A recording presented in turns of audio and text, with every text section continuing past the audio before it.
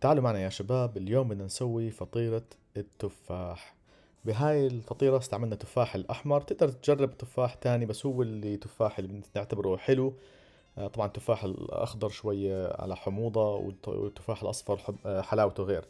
نبلش أول إشي بالطحين، كوب ونص طحين دقيق ناعم، مع شوية سكر صحي. هنا هذا سكر فواكه الراهب، عجيب ما سموه الرهبات.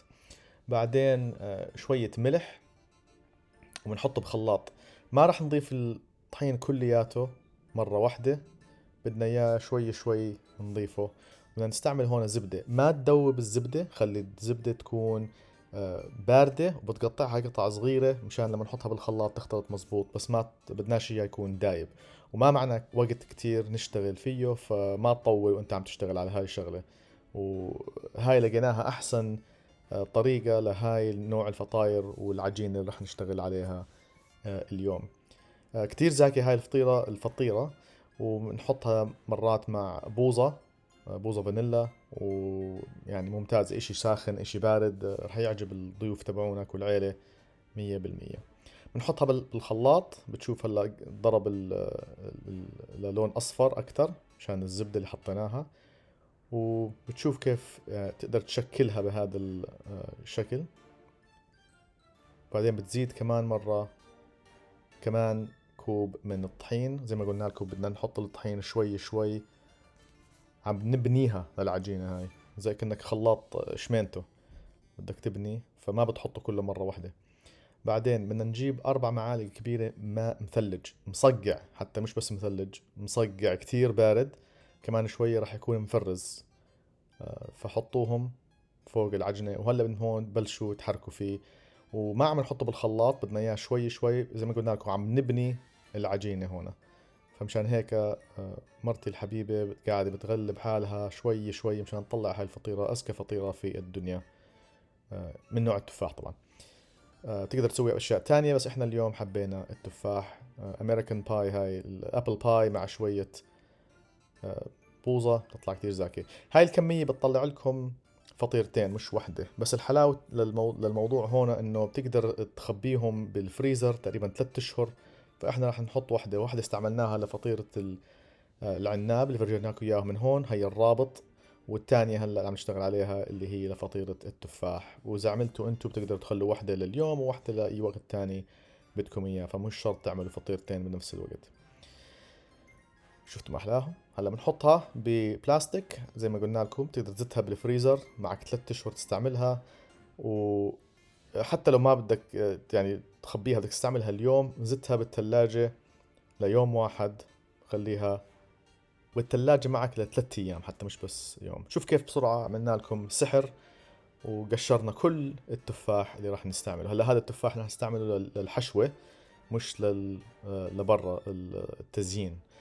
آم، بتقطع هلا هون بشكل صغير مشان يكون تقدر تاكله وتطبخه. هلا بتشوفوا كيف كل هالتفاحات، 4 تفاحات هذول زي ما قلنا لكم، هذا اللي رح يدخل جوا الحشوة للفطيرة. وإذا بدكم الكميات والوصفة 100%، هي صندوق الوصف تحت راح يفرجيكم إياه كلياته. بنبلش هلأ هون مع بالزبدة مع شوي معلقة القرفة. بنبلش نحركه وندوب الزبدة بالطنجرة على نار هادية. بعدين بنزيدها في تفاحة طارت، وربع كوب سكر صحي برضو، هذا نفس اللي حكينا لكم عنه. ونبلش نحركه شوي شوي مع ربع كوب مية. ونبلش نخلط فيه. هلا بدنا احنا هون القرفة والزبدة تغطي كل قطعة تفاح. وعلى جنب بدنا شوية نشا، معلقة ونص، معلقة ونص، دير بالك تلخبط. بعدين معلقتين مي، ونبلش نحرك فيه لحتى يدوب كلياته. ومنزيده على ايش التفاح.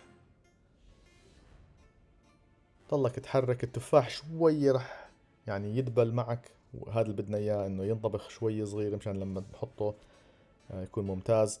هلا بنمسك تفاحة تانية وبنقطعها بهذا الطريقة، ونقطع قطع صغيرة صغيرة صغيرة، يعني نحيفة جدا، قد ما هي نحيفة إذا كأنها ماخذة أوزمبيك. هالموضوع شوف ما نحفها، ما يدوب تبين.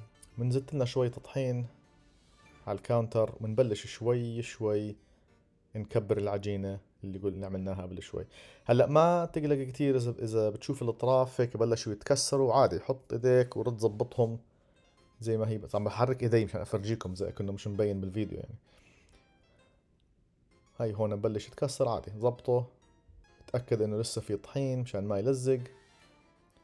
ضلك كبر فيه. هلا الحجم تبعه اللي بدنا إياه اللي هو يغطي الصحن اللي بدك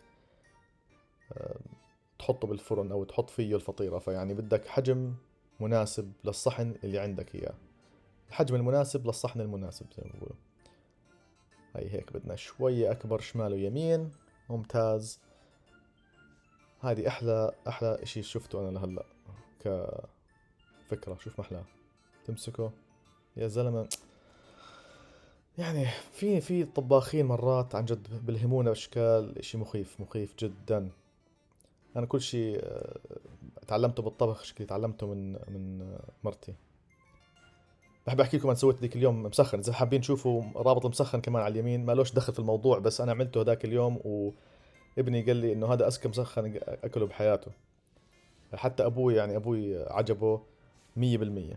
وانا ابوي يعني كتير عنده ذوق، صعب انك يكون ضابط كل اشي، زبط وعجبه. وابني لما حاولت اصور الفيديو مشان افرجي مرتي ما قبل يعترف بالفيديو. بس انا بعرف خلاص مش مشكلة، انا اعترف لي انا، فما عندي اشكالية اكثر من هيك. المهم هلا هون عم بتشكل بثلاث اصابع، اصبعين على اليمين واصبع بالنص، بتشكل هيك اطراف الفطيرة. هاي بيطلع شكلها ممتاز، يعني شكل تجاري حتى. وبتعبي هلا ايش التفاح اللي طبخناه مع القرفة والزبدة. ما بدك تحشيه كتير، بدك يعني هيك تقريبا تغطي كل السطح تبع الفطيرة. في ناس مرات بيحطوا كمان شوية عجنة، بس بهاي الحالة بدنا نحط التفاحات اللي سويناهم قبل شوي كمنظر، راح يبين زي كأنه بالأخير زي كأنهم قماش داخلين ببعض، أو شو بسموه هيك، زي كأنه نسيج شو اسمه، خيوط داخلين ببعض. لا في فن وذوق يا شي، فن وذوق. هذا الشغلة ما بتعلمها طبعا. كيف نعرف عنها ذوق؟ لانها اختارتني طبعا. المهم هون 350 درجة مئوية، 175 درجة. شوف بس تطلع يعني بتحط عليها البوظة هيك باردة بتصير تسوح فوق الفطيرة. هي هون عم ندوق قديش زاكية هاي الأكلة. شكلي يعني مش قادر قد ما متحمس، عم بوقعهم كلياتهم. بس تطلع كتير كتير زاكية. هي التفاح مع القرفة مع البوظة مع العجنة، يعني اشي من الآخر.